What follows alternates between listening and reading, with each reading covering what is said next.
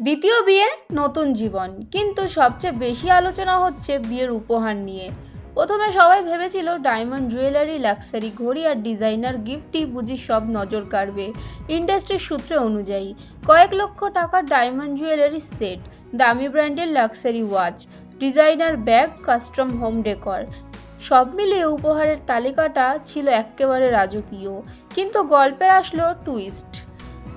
Diamond নয়, আলোচনার শীর্ষে উঠে এলো একটা ছবি ফ্রেম। হ্যাঁ, শুনতে সাধারণ লাগলেও এই ফ্রেমটার নাকি মধুমিতার দ্বিতীয় বিয়ের সবচেয়ে আসল আর দামি গিফট। টলিপাড়ার অন্দরমহলে গুঞ্জন বলছে এই ফ্রেমের ভিতরে রাখা রয়েছে মধুমিতার জীবনের কিছু না দেখা একান্ত ব্যক্তিগত মুহূর্তের ছবি। এই ফ্রেমটি দিয়েছেন এমন একজন যিনি মধুমিতার জীবনের সবচেয়ে খারাপ সময়ে পাশে ছিলেন। কাছের মহলের দাবি, ডায়মন্ড বা দামি গিফট দেখে যতটা না খুশি হয়েছিলেন, এই ছবি ফ্রেম হাতে পেয়ে নাকি চোখে জল এসেছিল অভিনেত্রীর। আর এখানেই ডায়মন্ড হার মানল আবেগের কাছে।